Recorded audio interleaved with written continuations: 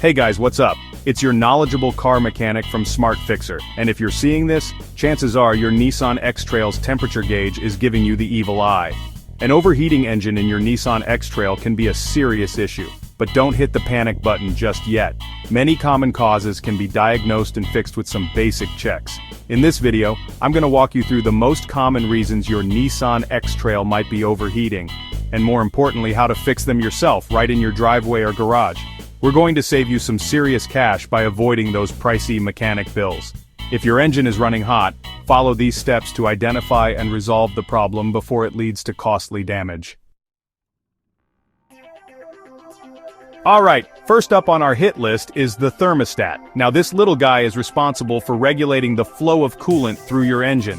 When the engine's cold, the thermostat stays closed, allowing the engine to warm up faster. But when it reaches operating temperature, the thermostat opens up, allowing the coolant to circulate and keep everything cool. But what happens when the thermostat gets stuck closed? You guessed it, the engine overheats. So if you notice your engine getting hot, but the radiator remains cold, there's a good chance that pesky thermostat is the culprit. Now to check it, you're going to need to locate the thermostat housing. It's usually connected to the upper radiator hose. Once you've found it, carefully remove the hose. Remember, the engine might be hot, so use gloves and be careful. With the hose removed, you should be able to see the thermostat. Now start the engine and let it idle for a bit. If the thermostat is working correctly, it should open up as the engine warms up. If it doesn't, well, it's time for a replacement.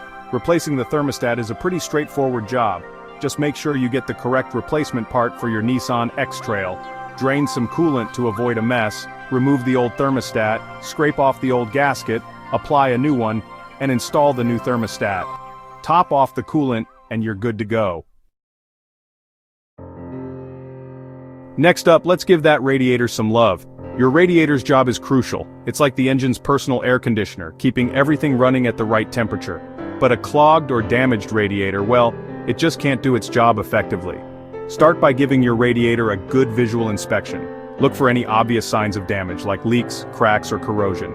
You'll also want to check the fins, those thin, delicate metal pieces, for any bends or blockages. Over time, these fins can get clogged with dirt, bugs, and other debris, preventing airflow and reducing cooling efficiency. If you find any blockages, you can try gently cleaning them with a soft brush or compressed air. If the radiator looks really gunked up, a good flush might be in order. You can grab a radiator flush kit from any auto parts store. They're pretty cheap and easy to use. Just follow the instructions on the kit, and you'll be good to go. Remember to dispose of the old coolant properly, as it can be harmful to the environment. Now, if you find any major damage to the radiator, like large leaks or cracks, unfortunately, a replacement is probably in order. Alright, let's move on to the water pump.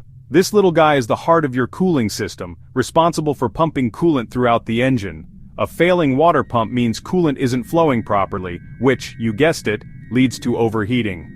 One telltale sign of a failing water pump is a high-pitched whining noise coming from the front of the engine, especially when the engine is cold. This noise is usually caused by worn-out bearings inside the pump. Another thing to look out for is coolant leaks around the water pump itself. If you see coolant dripping or pooling under the front of the engine, near the water pump, that's a pretty good indication that it's on its way out. Now, unfortunately, a failing water pump usually means a replacement is needed. It's not a terribly difficult job, but it does involve some mechanical know-how. If you're not comfortable tackling it yourself, it's best to leave it to the pros. Coolant leaks are a common culprit behind overheating engines. Think of it like this. Your cooling system is like a network of pipes, and if there's a leak somewhere, the coolant can escape, leaving your engine high and dry. Now, finding coolant leaks can be a bit of a treasure hunt, but it's important to track them down. Start by parking your X-Trail on a clean, dry surface and let it idle for a few minutes. Then, take a good look under the car and see if you can spot any puddles or drips. Coolant is usually green, pink, or orange, so it should be easy to spot against the pavement. Check around the radiator, hoses, water pump, and even the engine itself for any signs of leaks. If you find a leak, it's important to address it right away. Small leaks can quickly turn into big problems, so don't ignore them. Replacing a hose is a relatively simple fix, but leaks in the radiator, water pump, or engine block might require a professional touch. Alright, let's talk about cooling fans. Your Nissan X-Trail has a couple of these bad boys, usually one for the radiator and one for the AC condenser, and they play a crucial role in keeping your engine cool, especially at lower speeds or when idling. Think about it, when you're cruising down the highway, the airflow through the radiator is usually enough to keep things cool. But when you're stuck in traffic or idling at a stoplight, there's not much natural airflow. That's where the cooling fans come in. These fans are designed to kick on automatically when the engine temperature starts to climb. They pull air through the radiator, helping to dissipate heat and keep the coolant from boiling over. Now, if one or both of your cooling fans aren't spinning, it could be a few things. The fan motor itself could be bad, the fan relay could be faulty, or there could be a blown fuse. Checking the fans is pretty easy. Start by turning on your AC. This should engage both fans. If one or both fans don't spin, you'll need to do a little troubleshooting to figure out the culprit. Next up, let's talk about the often overlooked radiator cap.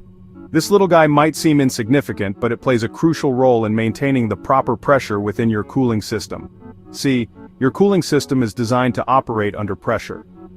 This pressure raises the boiling point of the coolant, allowing it to absorb more heat before it starts to boil. Now, the radiator cap is responsible for maintaining this pressure. It acts like a valve, allowing pressure to build up in the system and releasing it when it gets too high. But over time, the radiator cap can wear out, causing it to fail.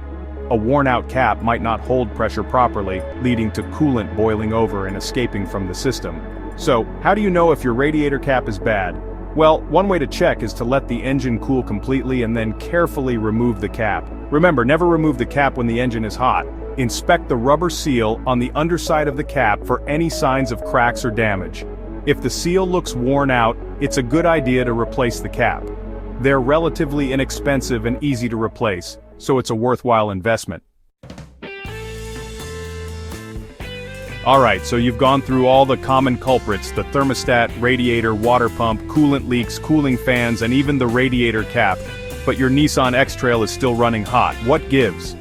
Well, at this point, it's probably time to call in the big guns, a professional mechanic.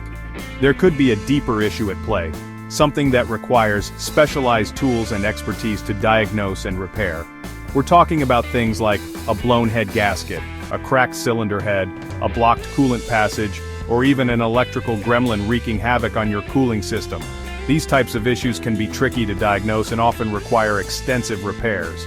Now, I know nobody likes hearing those words, extensive repairs, but trust me, ignoring these problems will only make things worse and more expensive in the long run. So if you've exhausted all other options, don't hesitate to seek professional help. A qualified mechanic will have the knowledge, experience, and tools to get to the bottom of the problem and get your Nissan X-Trail running cool again. So there you have it, guys. A comprehensive guide to fixing your Nissan X-Trail's overheating engine. Remember, a little preventative maintenance goes a long way.